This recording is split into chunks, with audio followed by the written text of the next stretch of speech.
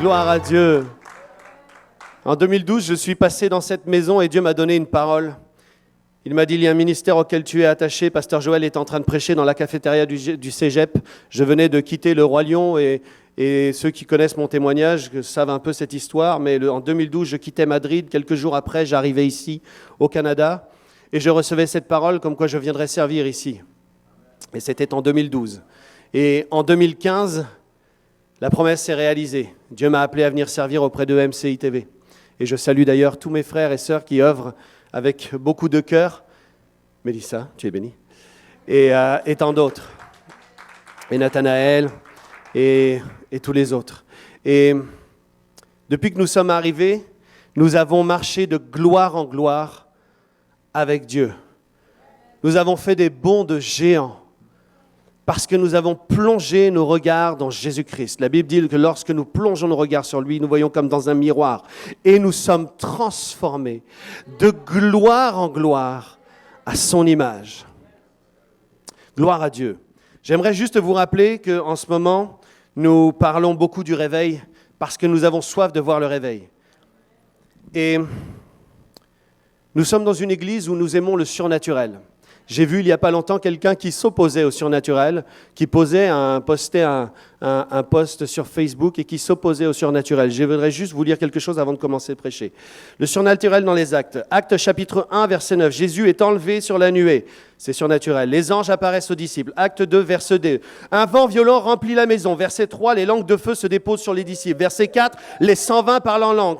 Verset 43, il se faisait beaucoup de prodiges et de signes par l'intermédiaire des apôtres. Acte 3, verset 6, Pierre et Jean guérissent un boiteux de naissance. Acte 4, verset 2, Pierre rempli du Saint-Esprit. Verset 16, ils ont accompli un signe miraculeux évident. Verset 31, le lieu trembla et ils furent tous remplis du Saint-Esprit. Acte 5, verset 5, un homme expire après avoir menti au Saint-Esprit. Verset 10, une femme expire après avoir menti au Saint-Esprit. Verset 12, des signes miraculeux et des prodiges par les mains des apôtres. Verset 15, l'ombre de Pierre guérit les malades. Verset 16, malades et esprits impurs, tous étaient guéris. Verset 19, mais pendant la nuit, un ange du Seigneur ouvrit les portes de la prison et leur dit, bref, il leur parle, dis à ton voisin, l'évangile est surnaturel. Acte 6, verset 8, Étienne accomplissait des prodiges et des grands signes miraculeux. Verset 10, ne pouvait pas résister à l'esprit qui inspirait ses paroles. Verset 15, ils virent que le visage d'Étienne était comme celui d'un ange. Acte 7, verset 53, vous qui avez reçu la loi par l'intermédiaire des anges. Les anges, c'est surnaturel. Verset 55-56. Étienne voit la gloire de Dieu et Jésus assis à la droite de Dieu. Acte 8, verset 6. Philippe accomplit des signes miraculeux. Verset 7. Des esprits impurs sortaient de beaucoup de démoniaques. Beaucoup de paralysés et de boiteux étaient guéris. Verset 13. Ils voyaient les grands miracles qui s'accomplissaient. Verset 17. Alors Pierre et Jean posèrent les mains sur eux et ils reçurent le Saint-Esprit. Verset 26. Un ange du Seigneur s'adresse à Philippe. Verset 29. L'Esprit parle à Philippe. Verset 39. L'Esprit du Seigneur enleva Philippe et l'eunuque ne le vit plus. Télétransportation, c'est dans la Bible. Acte 9, verset 3. Une lumière venant du ciel resplendit autour de Saul. Verset 4. Saul entend Jésus lui parler. C'est surnaturel. Saul devient aveugle. Verset 10. Ananias, le Seigneur lui dit en vision. Verset 12. Saül a vu Ananias en vision. Verset 13. Ananias a eu une conversation avec Jésus. Verset 18. Saul recouvre la vue par l'imposition des mains. Verset 34. Pierre guérit Aîné, paralysé depuis 8 ans. Verset 40, Pierre ressuscite Tabitha. Acte 10, verset 3, Corneille vit clairement dans une vision un ange de Dieu. Verset 10, Pierre tombe en extase et a une vision. Verset 19, l'Esprit parle à Pierre. Verset 22, or il a été divinement averti par un saint ange. Verset 44, Pierre parlait encore quand le Saint-Esprit descendit sur tous ceux qui écoutaient la parole. Verset 46, en effet, ils entendaient parler en langue. Je n'ai lu que 10 chapitres des Actes des Apôtres. Dis à ton voisin, l'évangile est surnaturel. Surnaturel. Surnaturel. N'attristons plus le Saint-Esprit. L'évangile est surnaturel. Il a été annoncé de manière surnaturelle par des anges. Puis nous voyons tous ces signes. Oui, nous cherchons le réveil et il existe, bien-aimés. Ne vous lassez jamais de chercher le réveil, de vouloir être l'évangile. À l'époque où les disciples ont commencé à prêcher, il n'y avait pas l'évangile. Ils étaient eux-mêmes l'évangile. Ils étaient l'évangile. Ils étaient l'Évangile. Il n'y avait pas le Nouveau Testament, il n'y avait pas les Actes, il n'y avait pas Corinthiens, il n'y avait pas Philippiens, il n'y avait pas l'Apocalypse. Ils étaient l'Évangile. Et aujourd'hui, c'est mon introduction. Est-ce que je pourrais avoir juste mon téléphone ou quelque chose pour avoir l'heure, s'il vous plaît? Gloire à Dieu. Est-ce que vous êtes toujours avec moi? Gloire à Dieu.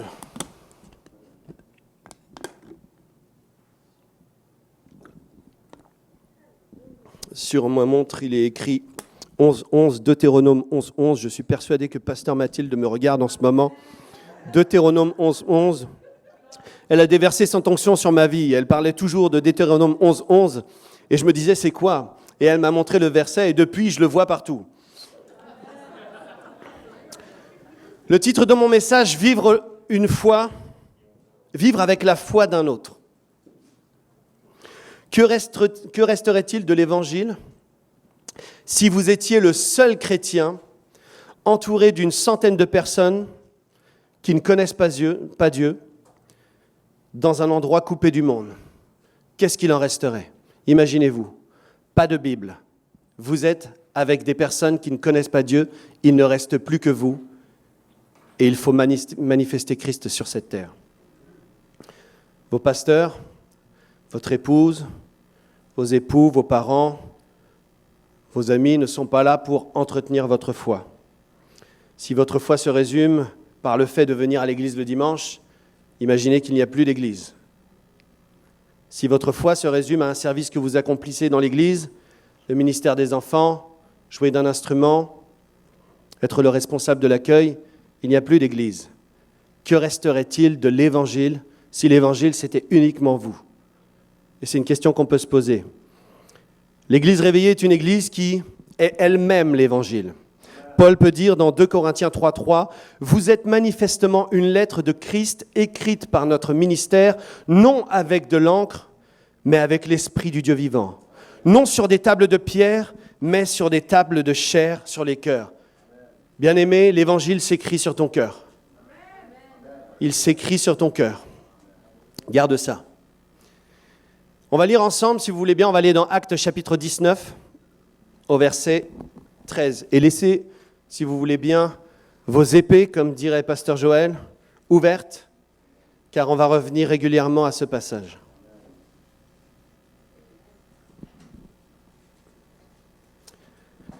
Actes chapitre 19, au verset 13. Quand vous y êtes, dites Amen. Il y a des retardataires.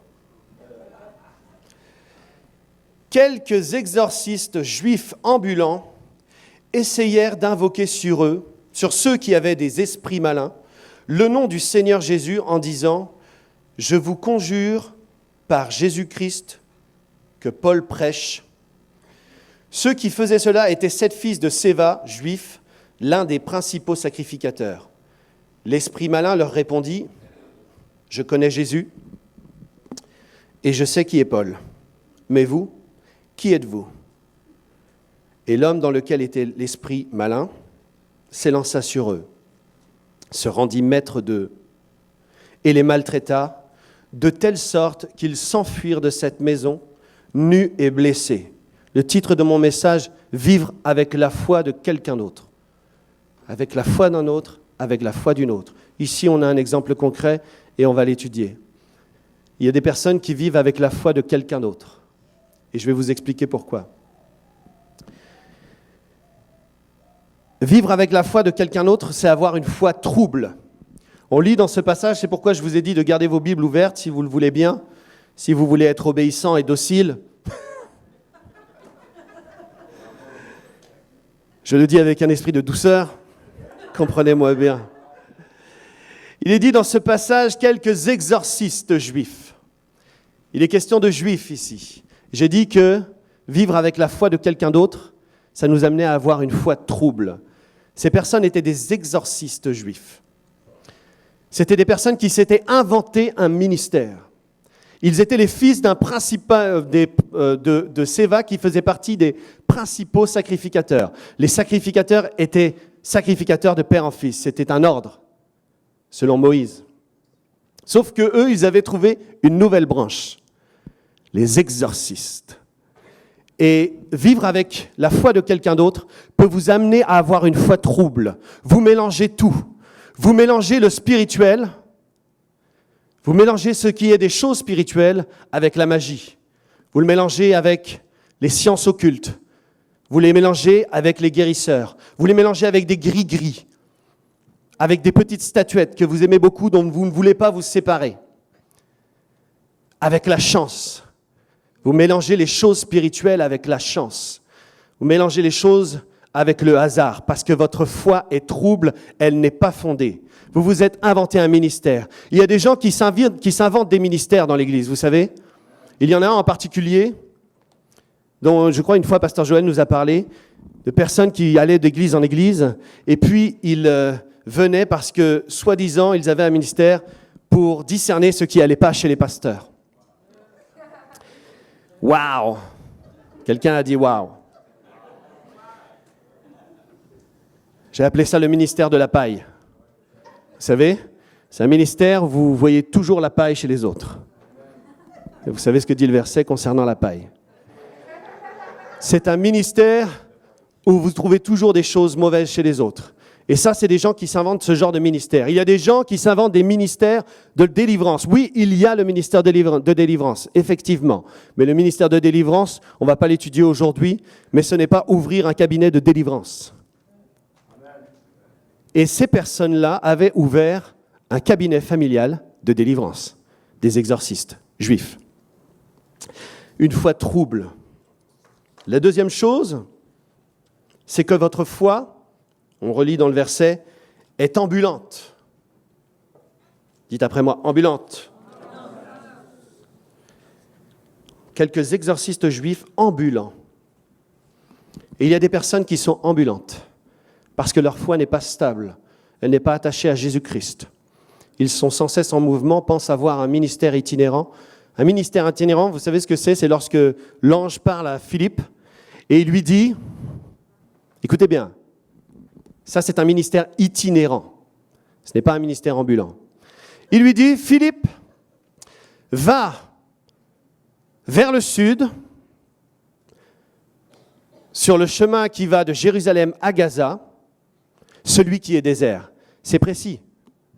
Un ministère ambulant suit toujours ses émotions, suit toujours les esprits de séduction. Et c'est pour ça que le ministère ambulant, on le retrouve dans différentes églises chaque dimanche. Une foi qui est fondée sur les autres, c'est un ministère ambulant, une foi ambulante. Une foi qui est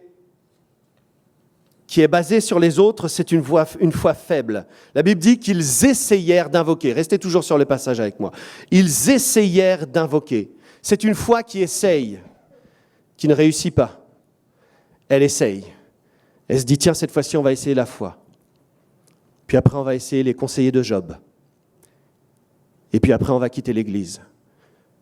Une foi faible. C'est une foi qui n'est pas attachée à Dieu. Coûte que coûte, quoi qu'il arrive, je garde ma foi en Dieu. Ce verset dit exactement ça. Ils essayèrent d'invoquer. Vivre avec la foi d'un autre, c'est avoir une foi impersonnelle. Est-ce que vous me suivez?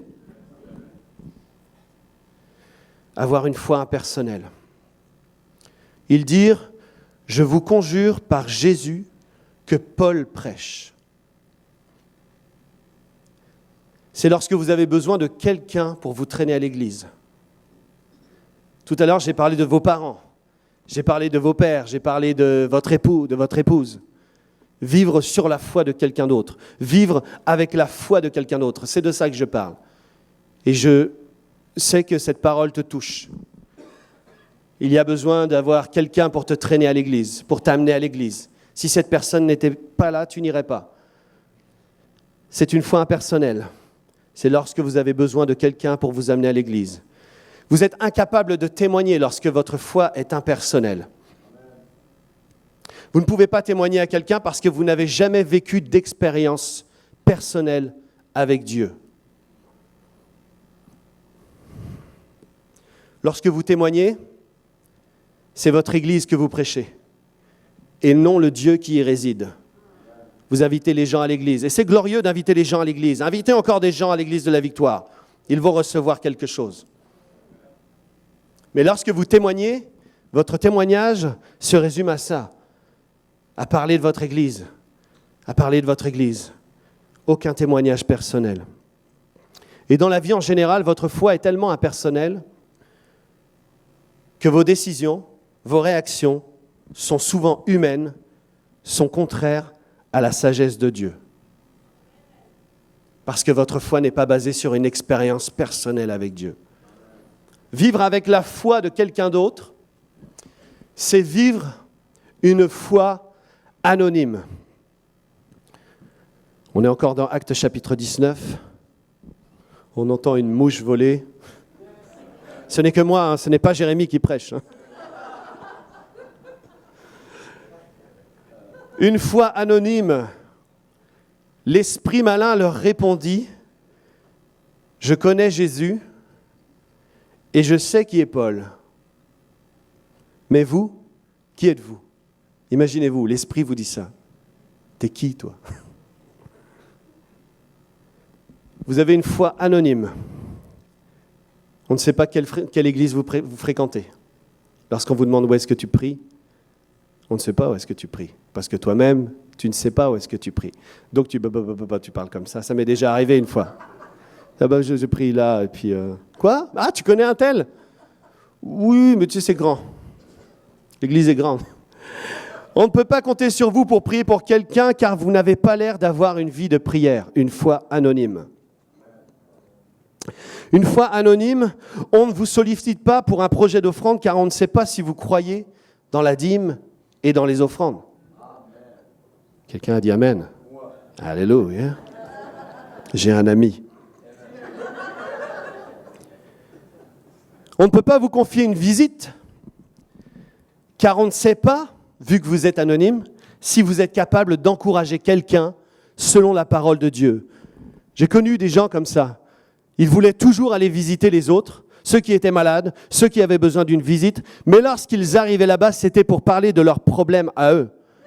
Pasteur Caroline, peux-tu exhorter quelqu'un à ce sujet ? Pasteur Caroline et Pasteur Yvan font les soins pastoraux. Et il y a des gens, ils aimeraient qu'on leur confie les visites, mais votre foi est anonyme. On ne sait pas si vous sauriez apporter un conseil divin. L'esprit malin leur répondit, « Je connais Jésus et je sais qui est Paul. Mais vous, qui êtes-vous » 6e point, vivre une vie avec la foi de quelqu'un d'autre, c'est avoir une foi sans autorité. Il se rendit maître de tous deux, enfin de tous, et les maltraita. Vous vivez des attaques constamment. Je dis vous, je dis nous, je dis n'importe qui. Des attaques constamment. Vous ne vivez pas l'autorité du croyant. Vous ne connaissez pas votre autorité, vous ne connaissez pas votre identification avec Christ. Parce que vous vivez votre foi selon la foi de quelqu'un d'autre. Frères et sœurs, ce que je suis en train de vous dire, c'est tellement important. Et il y en a beaucoup dans l'Église. Il y en a beaucoup dans les églises. Des gens qui vivent leur foi sur la foi de quelqu'un d'autre et pensent que c'est suffisant. La Bible dit que de deux sur un même lit, l'un sera pris et l'autre sera laissé.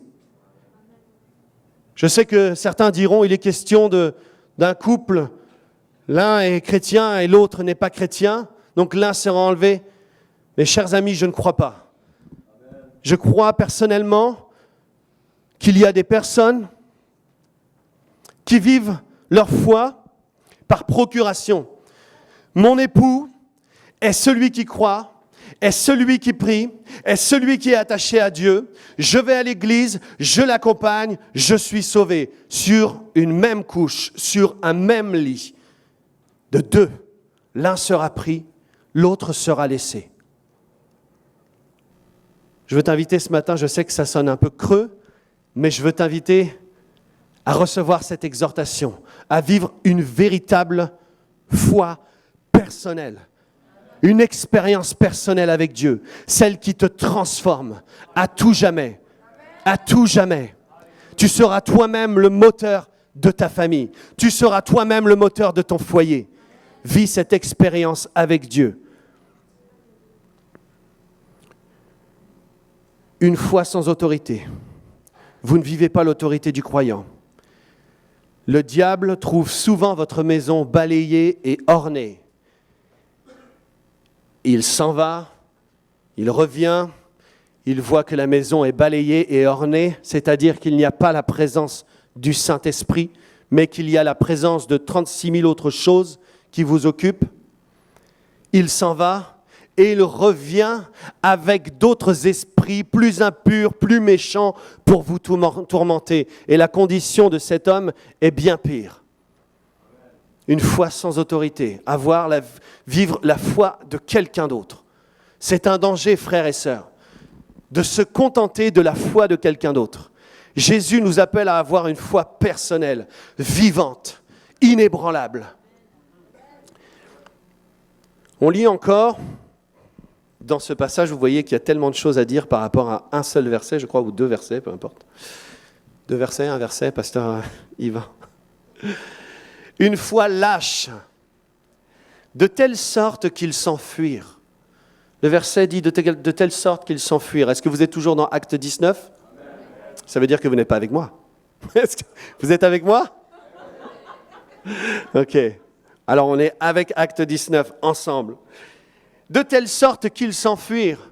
La Bible nous parle de ces personnes, ces exorcistes, des gens bizarres qui ont une doctrine qu'ils ont inventée alors qu'ils sont censés suivre les traces de leur père juif, Séva, principal sacrificateur. Ils ont inventé leur foi, ils sont ambulants, ils vont ça et là, ont créé quelque chose entre les 7 frères, une espèce d'entreprise. Ils se sont même liés pour faire ces choses-là.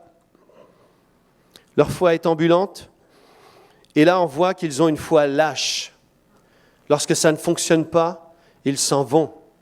Ils ne sont même pas loyaux à leur propre foi. Ils ne sont pas loyaux à leur propre église. Ils ne sont pas loyaux à leur pasteur. Ils ne sont pas loyaux aux frères. Dès qu'il y a une tribulation, ils sont prêts à retourner leur dos parce que leur foi est impersonnelle. C'est une foi qui dépend des autres, qui dépend de ton père, qui dépend de ta mère, qui dépend de ton époux, de ton épouse, qui dépend de ton pasteur. Mais lorsque tu te retrouves tout seul à cet endroit que j'ai mentionné, où il y a une centaine de personnes qui vont droit en enfer, que reste-t-il de l'Évangile ? L'Évangile habite-t-il dans ta personne ? Est-ce que l'Évangile habite dans ce que tu fais, dans ton service ? Ou est-ce que l'Évangile habite dans ta personne ? Servir dans l'Église, c'est merveilleux, c'est obéissant et c'est glorieux. Et Dieu aime ça. Mais que reste-t-il lorsque tu vas être seul avec quelqu'un, lorsque tu vas te retrouver au travail, lorsque tu vas te retrouver dans tes études, lorsque tu vas te retrouver entouré de gens, comme il m'est arrivé de me retrouver avec des gens qui sont mondains, qui dépensent beaucoup d'argent dans de l'alcool, dans des sorties, etc. Quel va être ton témoignage ? Quelle va être la puissance qui va résider dans ton fort intérieur ? Quel genre de personne tu vas devenir lorsque tu vas te retrouver seul, sans personne pour t'aider ? Que reste-t-il de l'Évangile si on ne regarde que toi dans ta famille ? Frères et sœurs, c'est important. Est-ce qu'on y voit l'image de Christ ? Est-ce qu'on voit l'image de Christ dans ta vie ? Est-ce qu'on voit un témoignage vivant ? Nous avons lu sur des tables de chair. Le verset dit sur des tables de chair. Vous pouvez enlever la parole. Vous pouvez enlever ces choses-là. J'ai suffisamment. Bien sûr, je ne suis pas rassasié de la parole, mais j'ai médité. Il y a un homme qui s'appelait, je crois, George Whitefield, qui évangélisait. Il n'avait pas de Bible. Mais ce qu'il avait retenu était suffisant pour témoigner de l'amour, de l'amour du Père, du cœur du Père, du caractère de Jésus-Christ et de la puissance du Saint-Esprit. Je répète, le cœur du Père, le caractère de Jésus-Christ et la puissance du Saint-Esprit.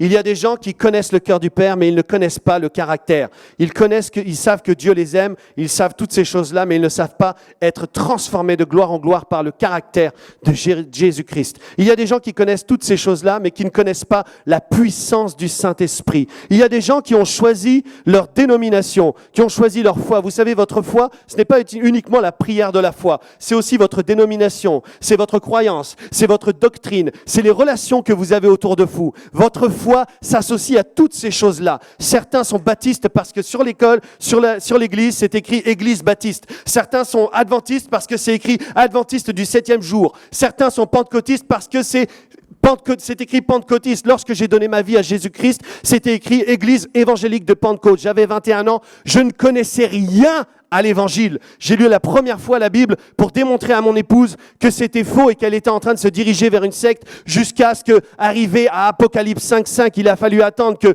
l'évangile soit terminé pour que Dieu se révèle à moi. Mais lorsque je suis arrivé à l'église, j'ai vu sur le panneau Église évangélique de Pentecôte. J'ai dit, ça veut dire quoi évangélique ?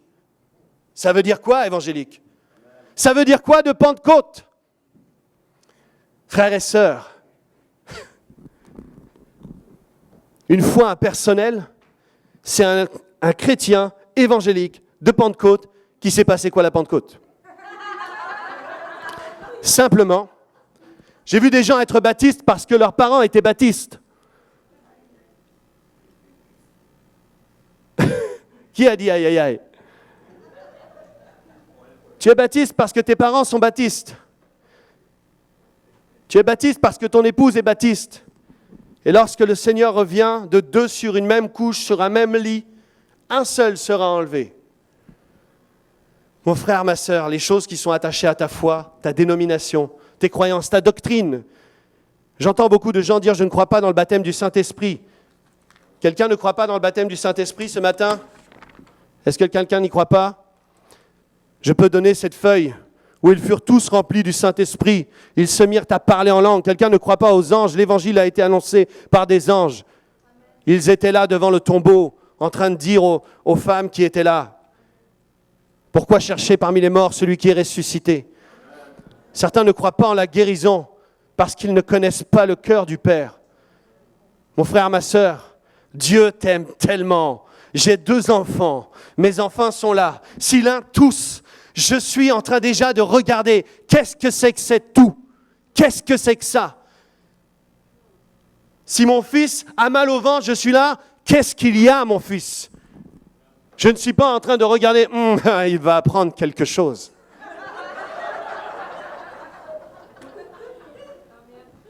Frères et sœurs, je sais que nous prêchons ces choses-là dans l'Église.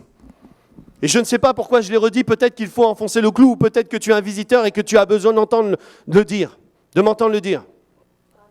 Mais Dieu est un bon Père. Nous avons chanté « Tu es bon, tu es bon ». Je pleurais ici en écoutant ce chant. Oui, mon Père est bon. Je sais d'où est-ce qu'il m'a tiré. J'ai un témoignage personnel de son amour. Et ma foi est fondée sur ce témoignage personnel, vivant. Il l'a écrit sur des tables de chair. Personne ne peut me l'ôter.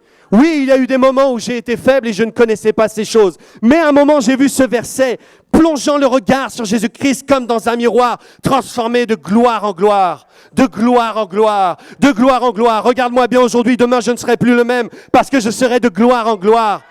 Je suis venu il y a 3 ans, je n'étais pas celui que je suis aujourd'hui. Et tu pourras revenir dans 3 ans, je ne serai pas encore le même. Parce que je marche de gloire en gloire, de gloire en gloire.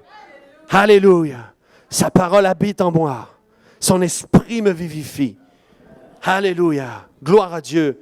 Est-ce que quelqu'un reçoit quelque chose? Et le 8e point, c'est que ces hommes sont repartis nus et blessés. Une foi qui s'appuie sur la foi des autres est souvent blessée. Elle vit des échecs constamment parce que sa foi n'est pas suffisante pour faire face aux tribulations, pour tenir ferme, pour résister au diable, pour résister à la tentation. Le fait de vivre avec la foi de quelqu'un d'autre aura souvent pour conséquence la honte et les blessures. Ils repartirent nus et blessés. Vous savez, si je prends l'exemple de ces hommes-là, c'est que c'est tellement parlant. Tellement parlant. Des exorcistes juifs, ils essayèrent d'invoquer le nom de Jésus. Vous voyez, il y a un autre passage qui parle de quelqu'un qui invoque le nom de Jésus. On peut le lire ensemble. Marc 9, chapitre 38. Jean lui dit, « Maître, nous avons vu un homme qui chasse des démons en ton nom. » Même situation. « Et nous l'en avons empêché parce qu'il ne nous suit pas. » Que va dire Jésus ? « Ne l'en empêchez pas, répondit Jésus, car il n'est personne qui faisant un miracle en mon nom puisse aussitôt, après, parler mal de moi. » Vous voyez, c'est un passage similaire. C'est quelqu'un qui va se mettre à chasser des démons. Sauf que lui, qu'est-ce qu'il fait ? Il chasse les démons au nom de Jésus. Les autres, ils chassent les démons au nom de Jésus que Paul prêche. Celui-là, il croit en Jésus. Nous prêchons, nous chassons les démons au nom de Jésus que Paul prêche. Parce que nous n'y croyons pas. Une foi trouble. Cet homme-là avait une foi stable. Et vous voyez bien que dans ce verset, s'il était reparti nu et blessé et meurtri, les apôtres auraient fait un autre rapport. Ils auraient dit, Seigneur, on a vu quelqu'un qui chasse des démons, il est parti nu et blessé. Ça se voit, quelqu'un qui est nu. Ça se voit, quelqu'un qui est nu. Rigole à ma blague. Fais-moi plaisir. Pourquoi est-ce que je vous parle de tout cela ? Une foi personnelle. L'église réveillée, c'est une église où chacun des éléments, chaque personne, on lit souvent le prophète Joël ici. On dit dans les derniers temps, et nous croyons vraiment que nous sommes dans les derniers temps, je répandrai mon esprit sur toute chair. Toute chair. Il y a beaucoup de toute chair ici aujourd'hui. Et il parle des jeunes gens, et il parle des vieillards. Parce que les vieillards ont cessé de croire qu'ils pourraient être utilisés par Dieu. Parce que les jeunes gens sont souvent délaissés sur le côté alors que Dieu dit qu'il leur donnera des visions. Paul dit à Timothée, considère les jeunes frères, les jeunes gens comme des frères. Considère les jeunes filles comme des sœurs. Pourquoi fait-il cette différence ? Parce qu'il veut impliquer toute l'Église. Il veut que toute cette Église puisse recevoir lorsque Dieu va répandre son onction sur toute chair. Lorsque j'ai rencontré le Seigneur en 2001, je ne connaissais absolument rien du Seigneur, rien du tout. Pour moi, entrer dans une église, c'était me souiller. Je ne connaissais rien à Jésus-Christ. Je refusais qu'on me prêche un Jésus blanc. That's real, man. Et quelques années plus tard, j'ai découvert Kenneth Hagin, le père. Ça devait être en 2003 ou 2004, peut-être 2004. Et j'ai commencé à lire ses enseignements. Moi, je venais d'une assemblée de Dieu. Et ces enseignements ont commencé à me toucher. Ils ont commencé à me transformer. J'ai commencé à lire l'identification avec Christ. Comment nous sommes identifiés. J'ai lu l'homme en 3 dimensions. J'ai découvert que l'homme était un esprit, qu'il avait une âme et qu'il vivait dans un corps. J'ai découvert la prospérité financière. Qu'est-ce que c'était selon Dieu ? J'ai découvert la foi, la prière. C'était tout à fait différent de ce que j'avais l'habitude d'entendre. Et c'était glorieux. Et je bénis Dieu pour le ministère de Kenneth Hagin. Mais lorsque les tribulations, les difficultés, les choses sont venues dans ma vie, lorsqu'elles sont arrivées, j'ai vécu des échecs. Je suis reparti nu. Enfin, pas tout à fait. Mais j'ai vécu des échecs. Parce que j'ai vu ces choses-là, je les ai lues, et c'est glorieux. Gloire à Dieu pour les livres que nous avons, pour les enseignements. Mais il y a quelque chose que je n'avais pas fait.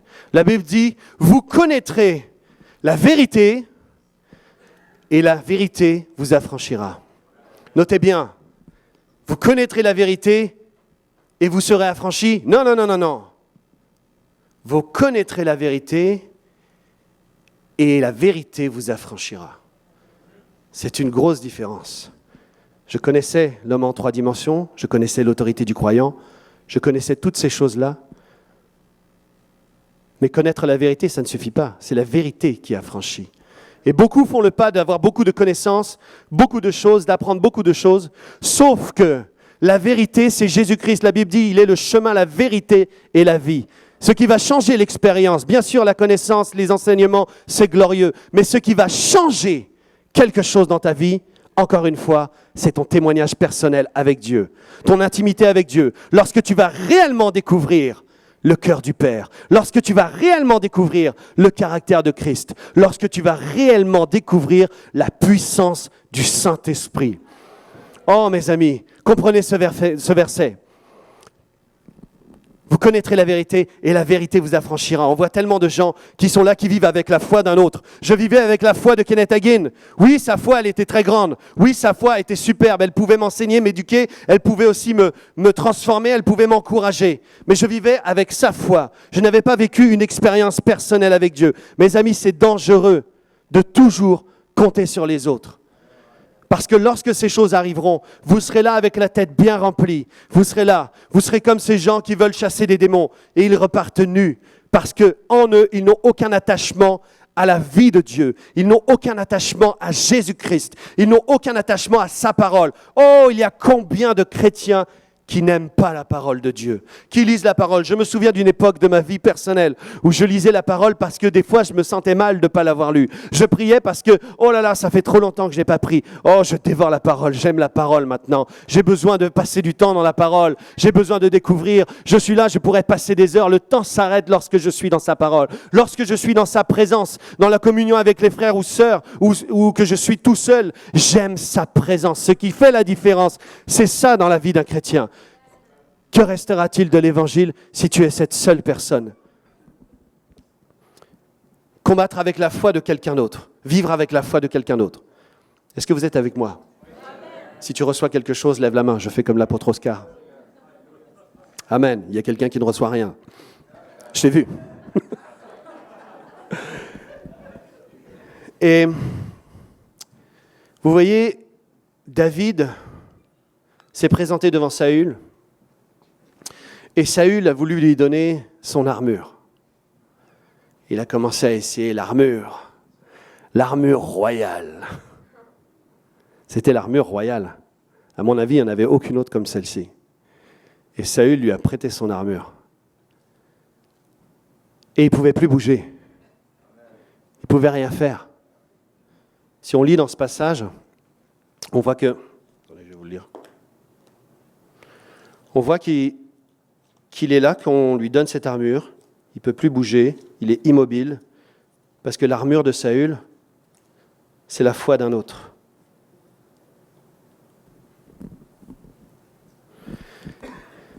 « 1 Samuel, chapitre 17, verset 38. Saül fit enfiler sa tenue à David. Il plaça sur sa tête un casque en bronze et le revêtit d'une cuirasse.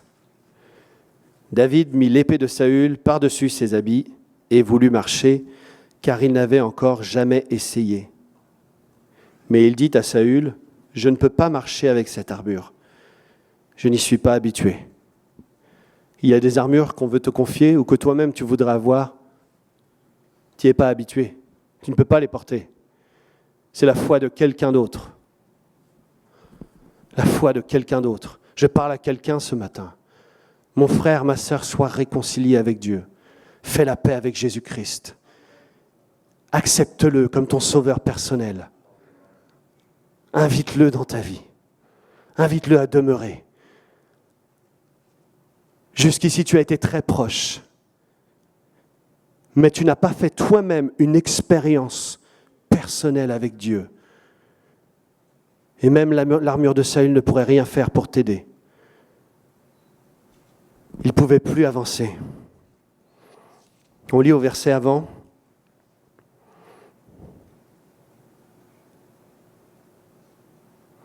Verset 33. Saül dit à David, « Tu ne peux pas aller te battre contre ce Philistin, tu n'es qu'un enfant, alors que lui, il est un homme de guerre depuis sa jeunesse. » David dit à Saül, « Ton serviteur gardait les brebis de son père. »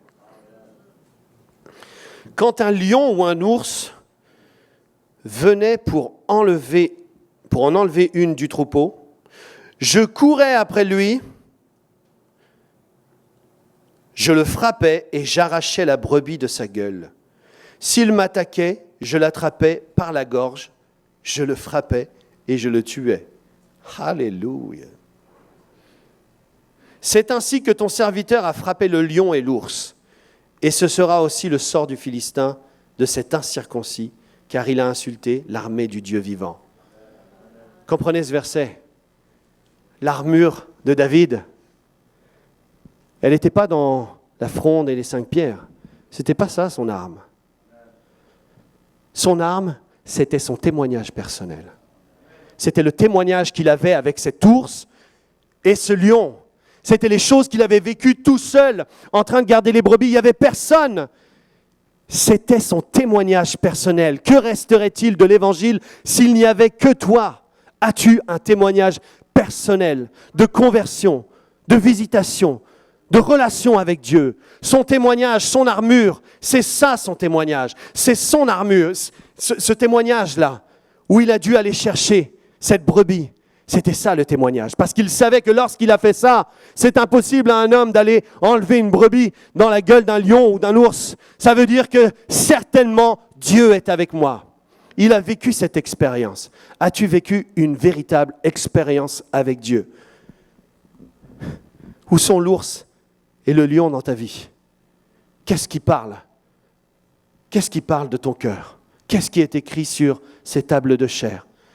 Son armure à David, ce n'était pas cette fronde ou ces pierres. C'était son expérience personnelle avec Dieu. Aujourd'hui, frères et sœurs, je ne suis pas dans les choux en vous parlant de ça, parce qu'aujourd'hui, on veut être une église réveillée. Mais on ne pourra pas être une église réveillée si on fait semblant et si on se focalise uniquement sur la foi des autres. Vous savez, il y a des temps où vous êtes les imitateurs de vos autorités. Et c'est glorieux. Paul va dire, soyez mes imitateurs comme je le suis moi-même de Jésus-Christ. Et lorsque vous imitez vos leaders, que vous marchez sous leur onction, il y a aussi une provision pour votre vie. Mais il y a un temps où sans quitter cette autorité, sans quitter cette onction, vous devez vous-même, nous-mêmes, devons être capables d'apporter cette provision. Nous devons être capables. Et cela passe par une relation, une profonde connaissance du cœur du Père, du caractère de Jésus-Christ et de la puissance du Saint-Esprit. Oh, frères et sœurs, c'est tellement important. On voit beaucoup d'églises remplies avec des personnes qui sont là parce que leurs parents étaient là avant eux, et leurs grands-parents, et leurs arrière-grands-parents. On voit beaucoup d'églises où les enfants viennent et suivent. Et c'est glorieux que les enfants viennent et suivent. Mon fils est ici et il vient et il me suit. Mais je l'encourage toujours à vivre une expérience personnelle avec Dieu. Parce que dans les derniers temps, dit Dieu, je répandrai mon esprit sur toute chair. Sur toute chair. Mon fils est disponible pour la gloire de Dieu. Disponible pour recevoir l'onction. Et pas uniquement le mien. Est-ce que vous êtes avec moi? Cette parole est dure, qui peut la recevoir? Et donc, je disais que l'armure de David, c'était son expérience personnelle avec Dieu. Pour vivre le réveil, chaque individu dans l'Église a besoin d'avoir une relation personnelle avec Dieu, une relation intense, qu'il n'a pas besoin d'être motivé par qui que ce soit, qui n'a pas besoin d'être poussé toujours en avant. C'est une soif personnelle, une soif. J'écoutais encore ce chant un chant que j'aime beaucoup de William McDowell où il explique que lorsque Jésus va apparaître aux disciples, il y a 500 personnes et il leur dit « Allez à Jérusalem et attendez l'effusion du Saint-Esprit ». Et on lit que dans la chambre haute, il y avait 120 personnes. Et il dit, ça veut dire qu'il y a 380 personnes qui ont trouvé qu'il y avait autre chose à faire que d'attendre le Saint-Esprit. 120 personnes. Jésus s'est montré à 500 personnes, voire plus. Attendez le Saint-Esprit. Les deux disciples qui s'en allaient vers le chemin d'Emmaüs, on leur avait dit d'attendre. Si bien que Jésus va être obligé d'aller les chercher en chemin. Et vous verrez dans le passage qu'ils ont fait demi-tour pour aller revoir les autres.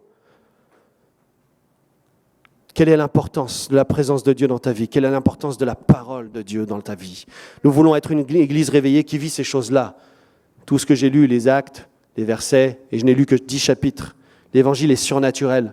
Et lorsque je lisais Kenneth Hagin, je voyais sa vie surnaturelle. Mais je voyais que la mienne était hyper naturelle. Je ne voyais aucun des fruits. Pourquoi? Parce que je n'avais pas plongé moi-même mon regard dans ce miroir qu'est Jésus-Christ, jusqu'à ce qu'il révèle en moi le meilleur. Et ce n'est pas terminé. Si je marche de gloire en gloire, ça veut dire qu'il y a encore une gloire à venir.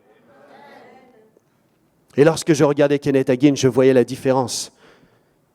Mais un jour, j'ai compris. Spurgeon, Wigglesworth, je l'ai bien dit. Non. Finney,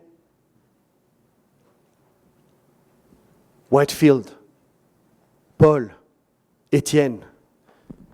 Ces gens-là ont plongé leur vie en Jésus-Christ. Et le verset qui dit « Soyez mes imitateurs, comme je le suis moi-même de Jésus-Christ », à cette époque-là, je vous rappelle qu'il n'y avait pas le Nouveau Testament. Donc l'Évangile, c'était Paul. D'ailleurs, nous lisons Corinthiens, nous lisons Romains, nous lisons Galates. L'Évangile, c'était Paul. C'était le témoignage que Jean pouvait dire. C'était Pierre. Il portait l'Évangile. Mais aujourd'hui, il nous est aussi donné d'être les imitateurs de Christ. Comme je vous disais tout à l'heure, nous pouvons être les imitateurs de nos leaders, et c'est glorieux. Et je voudrais encourager quelqu'un à ne pas être l'imitateur d'une autre autorité que celle qui est sur votre vie. C'est une parole de connaissance pour quelqu'un. Ne te mets pas sous l'autorité de quelqu'un d'autre. Tu as une autorité dans ta vie, c'est celle que Dieu a choisie. Si tu te mets sous l'autorité de quelqu'un d'autre, tu cours un grave danger. Et être les imitateurs de son autorité, c'est glorieux. Mais il dit, soyez les imitateurs, soyez mes imitateurs comme je suis moi-même l'imitateur de Jésus-Christ. Et voici qu'Étienne avait été choisi pour servir aux tables. Il y a des gens dans l'église qui sont choisis pour servir aux tables. C'est glorieux. Alléluia. Des gens sont choisis pour faire le ménage dans les toilettes. Alléluia. Vous êtes semblables à Étienne. Choisissez parmi vous quelques personnes dont on rend un bon témoignage, qui sont remplis du Saint-Esprit. Étienne, Philippe et bien d'autres. Et on voit ces gens-là. On lit dans un verset que tout le monde se tenait à l'écart des 12. Parce qu'ils les regardaient comme des personnes. Ils avaient beaucoup d'estime pour eux, mais personne ne s'en approchait. Étienne non plus ne s'en approchait pas. Ceci dit, il n'avait pas besoin d'être sur l'estrade, il n'avait pas besoin d'être au contact pour briller. La Bible dit qu'il se faisait au travers des mains d'Étienne beaucoup de prodiges et de signes miraculeux. Il était l'imitateur de Christ. Il n'attendait pas qu'on lui dise « Oh, peut-être que tu vas rejoindre les 12. Peut-être que tu vas faire partie des 13. » Il n'attendait pas cela. Il était juste entre les mains de Jésus-Christ, en train de servir, rempli du Saint-Esprit, opérant des signes prodigieux et miraculeux. Lisez-le, c'est écrit dans votre Bible. Philippe opérait, la foule accourait parce qu'elle avait vu les signes et les prodiges qu'il faisait. Philippe a été télétransporté. Il ne faisait pas partie des 12. Peut-être qu'aujourd'hui, tu ne fais pas partie des 12. Peut-être qu'aujourd'hui, tu ne fais pas partie du leadership. Mais tu es comme Philippe dans ton service. Dieu veut te remplir du Saint-Esprit et t'utiliser, bien sûr en toute obéissance à ton leadership. Mais Dieu veut t'utiliser. Dieu cherche des personnes puissantes dans l'Église. Il y a une puissance qui est là, qui est disponible pour l'Église. Pour chacun d'entre nous. Je répandrai mon esprit sur toute chair. Et nous sommes une Église qui recherchons le réveil. Mais il nous faut une foi personnelle. Il nous faut une foi qui communie avec Dieu, qui communie avec Christ. Étienne avait tellement été l'imitateur de Christ qu'il a été transfiguré. La Bible dit qu'il était convoqué devant le Sanhédrin et que son visage parut comme celui d'un ange. Qui a été transfiguré? Jésus. Moïse avait la gloire de Dieu qui reflétait sur sa vie. Bien sûr, ce sont des dimensions différentes. Mais il avait comme le visage d'un ange. Un ange, j'aimerais rappeler à quelqu'un qu'un ange, ce n'est pas un petit bébé qui regarde au ciel. Les anges sont puissants. Il avait comme le visage d'un ange. Étienne était plongé, accroché au ministère, accroché à Jésus-Christ, accroché à sa relation. Tout ce qu'il pouvait... Regardez ce qu'il va dire lorsqu'il va être convoqué. Il va dire tout un passage qui part depuis je ne sais où, de Abraham jusqu'à je ne sais où, je serais incapable de faire cette chose-là. Et il va leur prêcher l'évangile selon tout l'Ancien Testament. C'était quelqu'un qui était plongé dans la parole. Philippe, quelqu'un transformé par la parole. Aujourd'hui, quelqu'un vit sa foi selon la foi de quelqu'un d'autre. Et avoir sa propre foi nous conduira à être une source de réveil. C'est l'unique façon d'être une source de réveil. Dieu appelle son Église à être chacune ici, des sources de réveil. Il y a un réveil dans ta bouche. Il y a un réveil dans tes mains. Il y a des paralytiques qui vont se lever. Il y a des paroles puissantes qui vont être données. Mais tu vas payer le prix. Tu vas payer le prix. Le prix de ta consécration. Le prix de ton amour pour Jésus-Christ. Le prix de vivre un temps de prière. Plus sous la condamnation comme avant.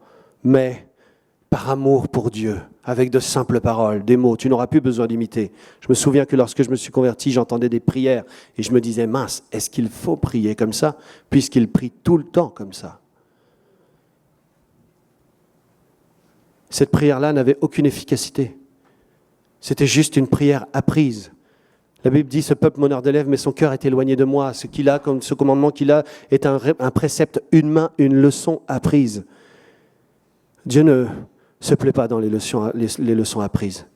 Il se plaît lorsque tu terrasses l'ours et le lion, tout seul, à la bergerie, alors qu'on a organisé un grand banquet pour recevoir tes frères. Qui va recevoir l'onction? Tu es tout seul.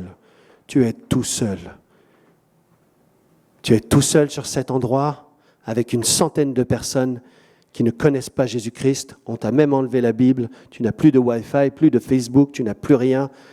Mais Dieu a écrit l'Évangile sur des tables de chair. Tu es capable d'opérer le miracle.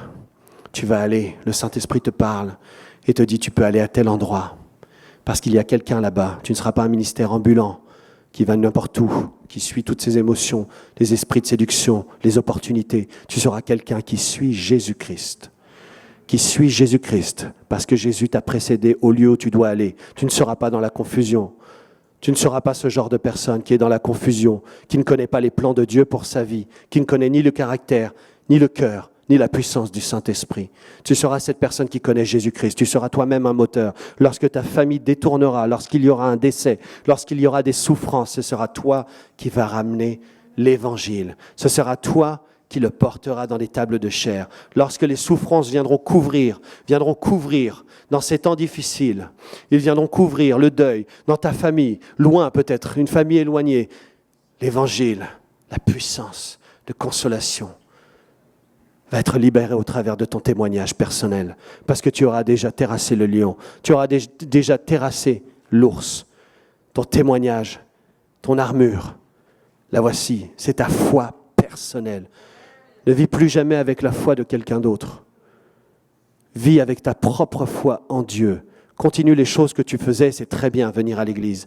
Continue à lire des livres, c'est très bien de s'enseigner. Continue à faire toutes ces choses, à regarder EMCI TV, gloire à Dieu. Continue à faire cette chose. Mais s'il y a une chose que tu dois faire le plus, c'est lire ta parole et être toi-même cette parole. Vous connaîtrez la vérité et la vérité elle-même, habitant en vous. Je viendrai moi-même. Puis-je habiter dans un temple fait de main d'homme? Je viendrai moi-même habiter au milieu de vous et je serai en vous. Il sera en vous, a dit Jésus. C'est sa promesse. Est-ce qu'on peut fermer nos yeux un instant? Je vais demander à mes frères. Merci mon frère Jean-Jean pour ta consécration. Merci pour ce que tu fais dans la francophonie. Gloire à Jésus-Christ. Vous savez, il y a beaucoup de ministres de louanges. Il y en a beaucoup. Mais il y en a qui sont prêts à être entre les mains de Dieu, à être remplis de la gloire de Dieu et à payer le prix. jusqu'à ce que la gloire soit manifestée.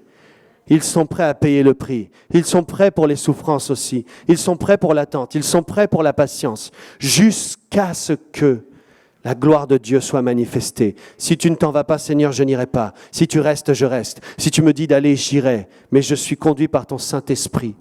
Je bénis Dieu pour de tels hommes, de telles personnes qui ont décidé un jour, qu'importe la notoriété, qu'importe les invitations, qu'importe l'entourage, qu'importe les conseils, ils ont décidé de suivre Jésus-Christ. Il y a un temps où Élisée suivait Élie et il a frappé l'eau comme Élie l'a fait et l'eau s'est ouverte. Il y a un temps où Élie a pensé à Moïse en ouvrant la porte, en ouvrant l'eau, en ouvrant la mer. Donc il a été un imitateur, mais il y a eu un temps où Élisée a dû être lui-même une source de bénédiction. Il y a eu un temps où Élisée s'est rappelé qu'Élie a ressuscité un enfant. Il a ressuscité lui-même un enfant. Mais Élisée a eu d'autres sources d'inspiration dans la présence de Dieu.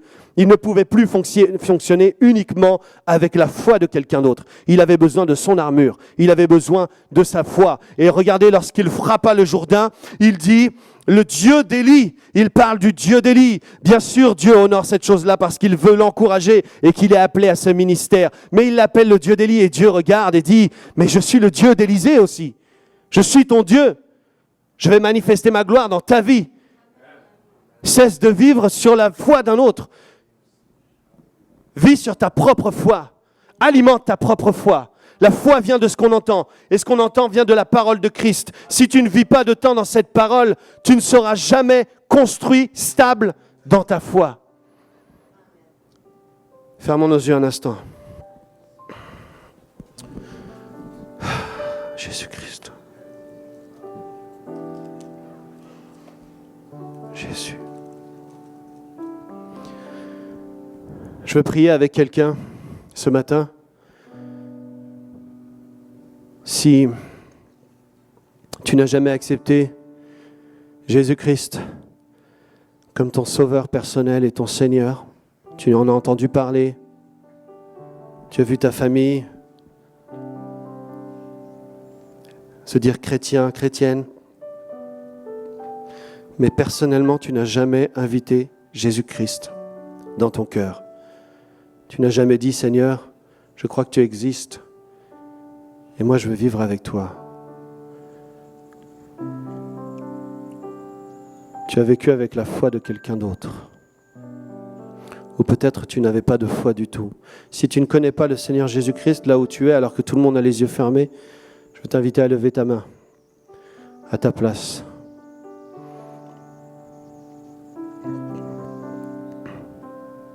Levez ta main à ta place. Et tu peux dire à Dieu, je suis là. Je suis là. Je ne t'ai jamais donné ma vie. Mais ce matin, je veux te la donner entièrement. C'est un temps précieux où Dieu veut être réconcilié avec toi. Oui, je t'ai vu aussi. Jésus-Christ t'aime profondément. Tu ne connais pas le cœur du Père, mais il veut te le révéler. Il dit, celui qui m'a vu a vu le Père. Tu vas connaître Jésus-Christ profondément. Il va se révéler à toi alors que tu as décidé de marcher avec lui. Il t'aime profondément, il connaît toute ta vie. C'est lui qui t'a formé dans le sein de ta mère. C'est lui qui avait décidé tes jours et tes destinées sont dans ses mains. Si tu lui laisses toute la place. Et ce matin, on va prier avec ces deux personnes. Gardons nos yeux fermés. On va prier avec ces deux personnes. Tu peux prier avec moi. Père, je crois que tu existes. Je crois que Jésus-Christ est vrai. Et aujourd'hui, toi qui connais ma vie, je veux te la donner entièrement. Je veux vivre pour l'éternité avec toi. Je te demande pardon pour mes fautes. Je te demande pardon de t'avoir méprisé, de t'avoir ignoré, d'avoir fait comme si tu n'existais pas. Mais aujourd'hui, alors que j'entends parler de toi, je veux faire de toi mon Sauveur et mon Seigneur. Je veux avoir une foi personnelle. Une foi personnelle. Viens s'il te plaît Jésus dans ma vie. Je veux vivre toute ma vie avec toi.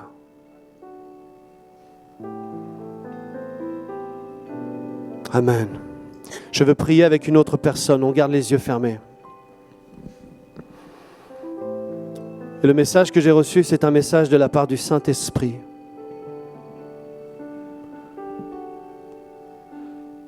Et c'est un message important pour quelqu'un. Tu as vécu avec la foi d'un autre, la foi d'une autre.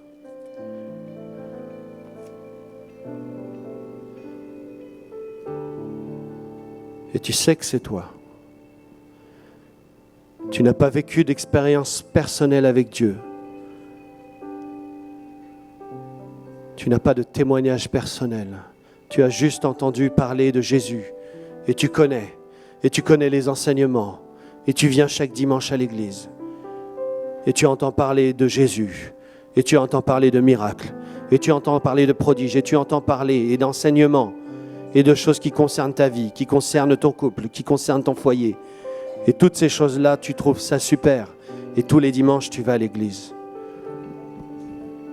Mais tu ne vis pas d'expérience personnelle avec Dieu. Je veux prier avec toi pour que tu vives cette expérience personnelle. Ce matin, c'est important. On peut prier avec toi. On va t'accompagner. On va te porter dans nos prières. Alors maintenant, si c'est toi, lève ta main. Si tu as vécu sur la foi de tes parents, si tu as vécu sur la foi de ton époux, si tu as vécu sur la foi de ton épouse, si tu as vécu sur la foi de la personne qui t'a amené au Seigneur, si tu as vécu sur la foi de ton pasteur,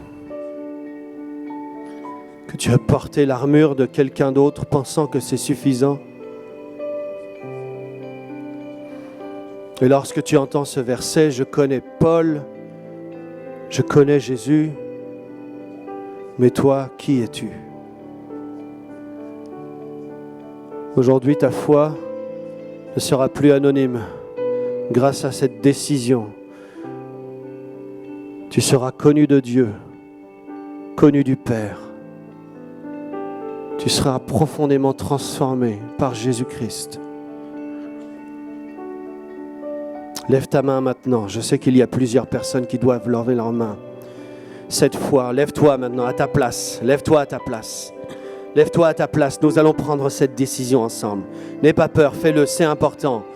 Tu as vécu sur la foi de ta femme, sur la foi de ton mari, mais tu n'as pas vécu d'expérience personnelle. Si c'était toi le dernier chrétien sur cette terre, qu'il fallait l'évangéliser, qu'est-ce qu'il y aurait? À quoi ressemblerait l'évangile? À quoi ressemblerait l'évangile? Pourtant, Jésus-Christ dit, tel il est, tel nous sommes. Peut-on dire cela de toi? Tel il est, tel je suis, transformé de gloire en gloire, à son image. Est-ce que tu peux le dire? Est-ce que tu peux dire, Jésus-Christ habite en moi? Est-ce que tu peux le dire, je suis connu de Dieu? Est-ce que tu as vécu sur cette pancarte qui était devant ton église? Je suis baptiste, je suis évangélique de Pentecôte, je suis ceci, je suis cela. Je vais à tel endroit, à telle adresse. Mais tu n'es pas connu de Dieu, tu es un chrétien anonyme. Ce matin, nous allons prier ensemble et le Saint-Esprit va écrire ton nom. Il va l'écrire afin que lorsqu'il viendra et que deux seront sur une couche, sur un même lit, deux seront enlevés, l'époux et l'épouse, l'enfant et les parents. Ils seront enlevés avec Jésus-Christ. Ce matin, je prie avec toi. Ô Père, tu me connais. Tu me connais, prie avec moi. Oh Père, tu me connais. Tu connais tous les détails de ma vie. Tu connais chaque chose de ma vie. Tu sais que j'ai basé ma foi sur les autres, que sans les autres, il ne resterait rien de l'évangile en moi. Il ne resterait rien de ta puissance. Il ne resterait rien de ce verset parce que je n'en connais pas. Il ne resterait rien pour proclamer la guérison parce que je n'ai jamais lu ces choses-là. Il ne resterait rien pour que les gens soient baptisés du Saint-Esprit